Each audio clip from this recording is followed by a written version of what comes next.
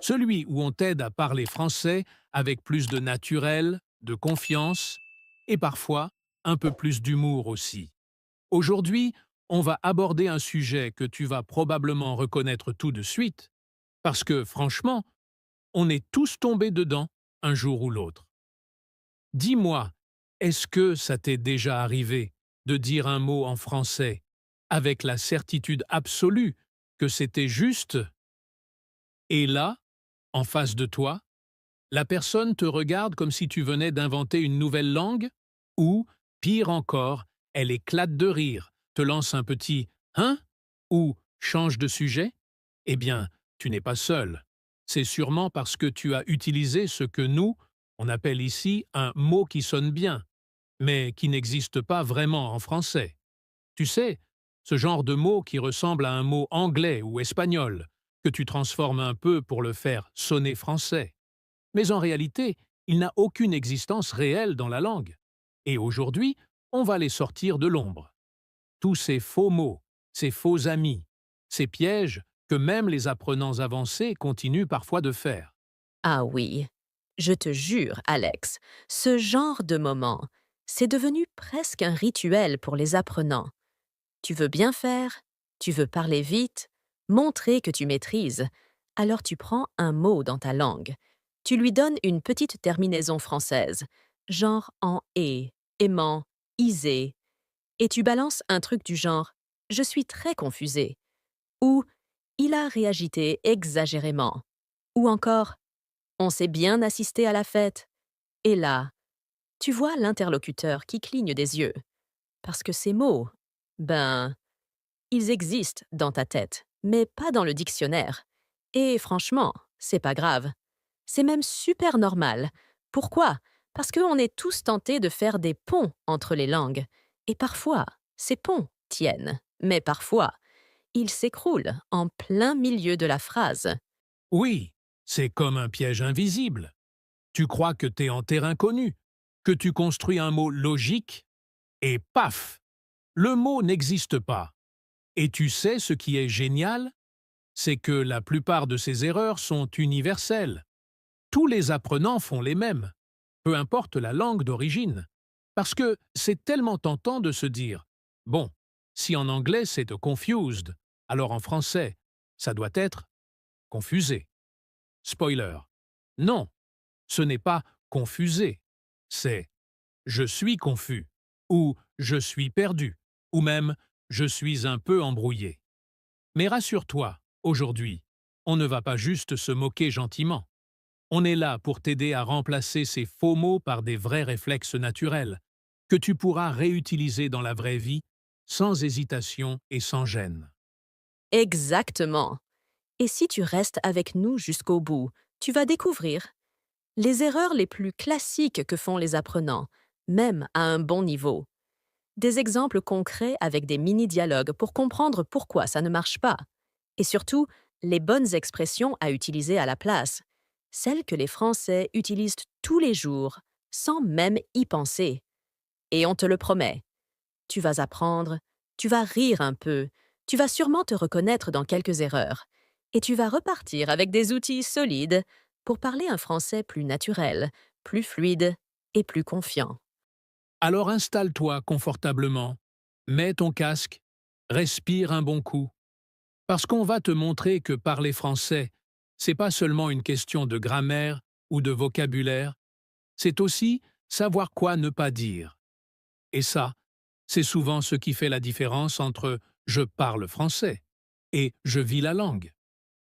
C'est parti. On t'emmène dans le monde merveilleux de ces mots qui sonnent bien dans ta tête, mais qui n'existent pas. Alors là, on entre dans la catégorie des faux mots, trop évidents. Tu sais, ces mots que tu dis avec confiance parce qu'ils ressemblent tellement à un mot de ta langue maternelle que tu te dis, bon, c'est sûr, ça doit exister aussi en français, c'est logique, non? Et c'est là que le cerveau te tend un piège, parce que tu balances un mot comme confuser, exagérément, supporter quelqu'un, ou pire, comprendrement.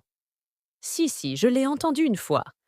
Et là, boum, Ton interlocuteur français te regarde avec un petit sourire gêné ou il répète ta phrase avec un ton dubitatif. Et toi, tu te dis, mais qu'est-ce que j'ai dit de bizarre? Oui, et ce qui est vicieux avec ces mots-là, c'est qu'ils sonnent bien. Ils ont l'air français. Tu prends un mot anglais ou espagnol, tu lui ajoutes une petite terminaison française, genre et ou iman, et voilà, tu penses avoir créé un mot correct. Mais en réalité, non, ce mot n'existe pas. Ou pire, il existe, mais il veut dire tout autre chose. Prenons le classique, confuser. Tu veux dire que tu ne comprends pas, que tu es perdu, et tu dis fièrement « je suis confusé ». Et là, attention. Parce qu'en français, on dit « je suis confus » si on veut dire qu'on est gêné ou désolé, pas perdu. Et surtout, confusé, ça n'existe pas. C'est une fausse création linguistique. Si tu veux dire que tu ne comprends pas, il faut dire « je suis perdu » ou « je ne comprends plus rien » ou même « c'est confus dans ma tête », mais pas « je suis confusé ». Et encore mieux, parfois, ce que tu veux dire, c'est que quelque chose est difficile à suivre, genre une explication trop rapide ou un plan compliqué. Alors là, au lieu de dire c'est confusé, ce qu'il dit, tu dis c'est pas clair, c'est confus ou encore c'est brouillon. Et tout de suite, tu parles comme un natif. Et ça me fait penser à un autre exemple très fréquent, le mot supporter quelqu'un. Alors celui-là, il fait souvent des dégâts. Oh oui, je me souviens encore d'un élève qui m'a dit un jour, avec un grand sourire, « Mon petit ami me supporte quand je suis triste ». Et là, moi j'ai eu un bug. Parce que supporter, en français, ça veut dire tolérer, endurer. C'est pas positif du tout. Si tu dis je supporte quelqu'un, ça veut dire qu'il t'agace, mais que tu tiens bon. Donc la phrase, pour un français, ça donne il m'énerve, mais je fais un effort pour rester. Alors que tu voulais dire il est là pour moi, il m'aide, il me soutient. Donc la bonne expression c'est mon petit ami me soutient ou il est là pour moi ou même il me réconforte. Mais surtout pas il me supporte, à moins que tu veuilles dire que tu es une épreuve à supporter. Et dans le même esprit, parlons de ce mot magique que plein d'apprenants inventent, exagérément. Alors celui-là, c'est un faux ami fabriqué à la maison. Tu veux dire que quelqu'un exagère beaucoup. Alors tu crées il réagit exagérément. Mais devine quoi? Ce mot n'existe pas. En français, on ne met pas aimant à tout bout de champ. On dira plutôt tu réagis de manière exagérée. Ou plus simple encore, tu exagères trop. Et c'est encore une fois un bon exemple. La version simple est la bonne. Et celui que j'ai entendu une fois, qui m'a fait sourire pendant 10 minutes, comprendrement. Quelqu'un m'a dit « Je vous remercie pour votre comprendrement ». J'ai compris qu'il voulait dire compréhension. Mais tu vois comment le cerveau essaie de deviner, de fabriquer un mot à partir de ce qu'il connaît. Alors oui, on sourit, mais surtout, on apprend. Le bon mot ici, c'est compréhension. Merci pour votre compréhension. C'est une formule classique qu'on utilise tout le temps dans les mails, les conversations polies, etc. Donc, si tu veux retenir quelque chose ici, c'est simple. Tous les mots qui te semblent logiques ne sont pas forcément corrects. Et souvent, moins tu inventes, plus tu parais naturel. Apprends les mots qui existent vraiment. Écoute comment les natifs les utilisent. Et n'hésite pas à noter les expressions toutes faites. Parce que c'est ça, le vrai français. Alors là, attention, ce piège-là est encore plus traître que les mots inventés, parce que cette fois, les mots existent vraiment en français. Tu les vois dans les livres, tu les entends dans les séries, et donc tu te dis « Parfait, je peux les utiliser ». Sauf que ils ne veulent pas dire ce que tu crois. Ce sont des mots détournés, on les appelle aussi des faux amis. Mais ceux-là sont encore plus piégeux parce qu'ils sont trop proches de l'anglais ou d'une autre langue. Oui, c'est exactement ça. Et le premier exemple qui me vient à l'esprit, c'est attendre pour quelqu'un. En anglais, tu dis to wait for someone. Alors naturellement, tu te dis attendre pour quelqu'un. Mais en français, non. Ça ne se dit pas du tout. On dit tout simplement j'attends quelqu'un. Pas besoin du pour. Il est inutile. Et même, il rend la phrase un peu bizarre. Et le pire, c'est que si tu dis j'attends pour toi, un Français peut comprendre un truc genre je fais la queue à ta place. Tu vois? C'est plus attendre à la place de quelqu'un, pas attendre que la personne arrive. Donc, c'est un petit mot de trop, mais qui change tout. Et franchement, on ne t'en voudra pas si tu le dis. On comprendra, bien sûr. Mais si tu veux vraiment sonner naturel, alors il faut enlever ce pour superflu. Tu veux dire j'attends ma sœur devant le café, pas j'attends pour ma sœur devant le café. Exactement. Et l'autre grand classique, c'est le mot réaliser. Alors là, ça c'est un faux ami universel. En anglais, to realize something, ça veut dire prendre conscience, comprendre soudainement. Mais beaucoup de gens l'utilisent de comme to achieve, donc accomplir quelque chose. Et c'est là que ça coince. Par exemple, tu veux dire j'ai réalisé mon rêve de venir en France. Et tu crois que t'as dit un truc super beau, mais un Français va entendre je viens de comprendre que j'ai ce rêve, comme si tu prenais conscience du rêve maintenant. Tu vois? Il y a un vrai décalage émotionnel. Oui, d'ailleurs, on peut faire un petit dialogue pour illustrer. Regarde, toi, j'ai réalisé mon rêve de venir en France. Français. Ah bon? Tu ne savais pas que c'était ton rêve? Toi, avec la bonne version. Non, non. Je voulais dire que j'ai accompli ce rêve. Et là, tout s'éclaire. Tu utilises le bon mot pour la bonne émotion. Donc souviens-toi. Réaliser, prendre conscience, accomplir, et là, atteindre un objectif. Tu veux dire que tu as atteint un but? Dis, j'ai accompli mon rêve. Ou même, plus familier, j'ai réussi à réaliser ce projet. Mais là, c'est dans le sens de concrétiser quelque chose, pas de simplement s'en rendre compte. Et un autre piège similaire, c'est demander pour. C'est souvent une habitude qu'on garde, parce que dans d'autres langues, on dit ask for, demander pour. Mais en français, c'est direct. Tu ne dis pas je peux demander pour une baguette, mais je peux demander une baguette? Le pour est de trop. Encore une fois, c'est un petit réflexe de traduction, mais qui alourdit ta phrase et la rend étrange. Et c'est pareil pour toutes les demandes simples. Je peux demander une question? Ah non, ça aussi c'est faux. On ne dit pas demander une question. On dit poser une question. Donc voilà. Demander un renseignement, demander un service, demander l'heure, mais jamais demander pour ou demander une question. Et tu vois ce qui est intéressant? C'est que ces erreurs-là, ce ne sont pas des fautes de grammaire, ce sont des fautes de logique culturelle. Parce que tu utilises un mot correct, mais dans le mauvais contexte émotionnel ou syntaxique. Et le problème, c'est pas que c'est faux, c'est que ça crée de la confusion, ou même parfois de l'incompréhension. Donc, si tu veux vraiment progresser, retiens cette règle. Un mot français peut te trahir, même s'il est correct. Ce qui compte, ce n'est pas juste le mot, c'est le sens qu'il porte en français. Et ça, tu l'apprends en écoutant, en observant, en répétant.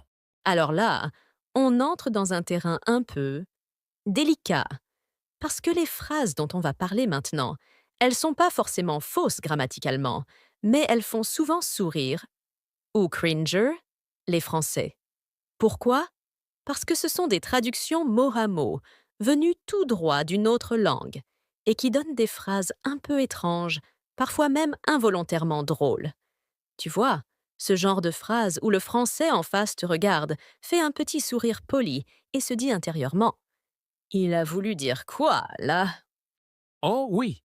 Et le meilleur exemple pour commencer, c'est sans doute je suis confortable. Alors attention, hein, je comprends totalement d'où ça vient. En anglais, on dit I'm comfortable. Donc logique, tu te dis je suis confortable. Mais en français, ça fait bizarre. Parce que le mot confortable est réservé aux objets. Un canapé peut être confortable. Une chaise peut l'être. Un lit aussi. Mais toi, si tu dis que tu es confortable, tu ressembles un peu à un fauteuil douillet. Et franchement, c'est pas l'image que tu veux donner, hein? Oui, non merci. À la place, tu peux dire je suis à l'aise ou je me sens bien. Et ça change tout. C'est beaucoup plus naturel, plus humain et surtout, ça correspond à ce qu'un natif dirait. Tu es dans une conversation agréable? Tu dis je suis à l'aise avec toi. Tu t'installes tranquillement chez quelqu'un? Tu dis merci, je me sens bien ici. Et voilà, tu passes du faux je suis confortable à l'authenticité. Et un autre qui me fait toujours sourire, c'est je suis intéressant. Tu veux dire que le sujet te passionne, que la discussion t'inspire. Mais si tu dis je suis intéressant, là, on a juste l'impression que tu es en train de te vendre toi-même comme un produit. C'est très étrange, parce qu'en français, on ne dit jamais ça de soi-même. C'est aux autres de juger si tu es intéressant ou pas. C'est comme si tu disais regarde comme je suis fascinant, admire-moi. Donc à la place, dis ce sujet m'intéresse beaucoup ou je trouve ça passionnant. Tu vois, tu exprimes ton enthousiasme sans sonner prétentieux. Et là, on passe à je suis fini. Oui. Alors celle-là, elle fait carrément dramatique, presque théâtrale. En français, si tu dis je suis fini, ça veut dire c'est la fin. Je suis ruiné, épuisé, détruit, anéanti. Tu pourrais dire ça dans un film après une trahison terrible ou une dépression profonde. Mais toi, tu voulais juste dire que tu as terminé ton travail, ou ton assiette, ou ton devoir. Alors la bonne phrase, c'est j'ai fini. Simple, clair, sans émotion excessive. Et attention, on entend souvent ça. Je suis fini avec mes devoirs. Non, tu dis j'ai fini mes devoirs. Ou si tu veux vraiment insister, c'est bon, j'ai tout terminé. Et pour finir, une que j'aime bien, parce qu'elle divise un peu selon les générations, je suis chaud pour ça. Alors, techniquement, entre jeunes, ça passe. Ça veut dire que tu es motivé, enthousiaste, que tu es partant. Mais si tu dis ça dans un autre contexte, genre à ton patron, à ton prof, ou même à quelqu'un que tu connais à peine, ça peut devenir très ambigu. Parce qu'en français, être chaud, ça peut aussi vouloir dire être excité sexuellement. Donc attention au contexte. Oui, c'est le genre d'expression à utiliser avec précaution. Tu veux dire que tu es motivé? Dis plutôt je suis partant. Ça me tente bien. Ou même oui, avec plaisir. C'est clair. Ça évite les malentendus. Et tu restes dans un français adapté à toutes les situations. Donc voilà, ces petites traductions mot à mot, elles sont piégeuses, amusantes, mais surtout, elles nous rappellent qu'en français, le sens dépend souvent du contexte. Et pour parler comme un natif, il ne suffit pas de traduire, il faut penser comme un Français.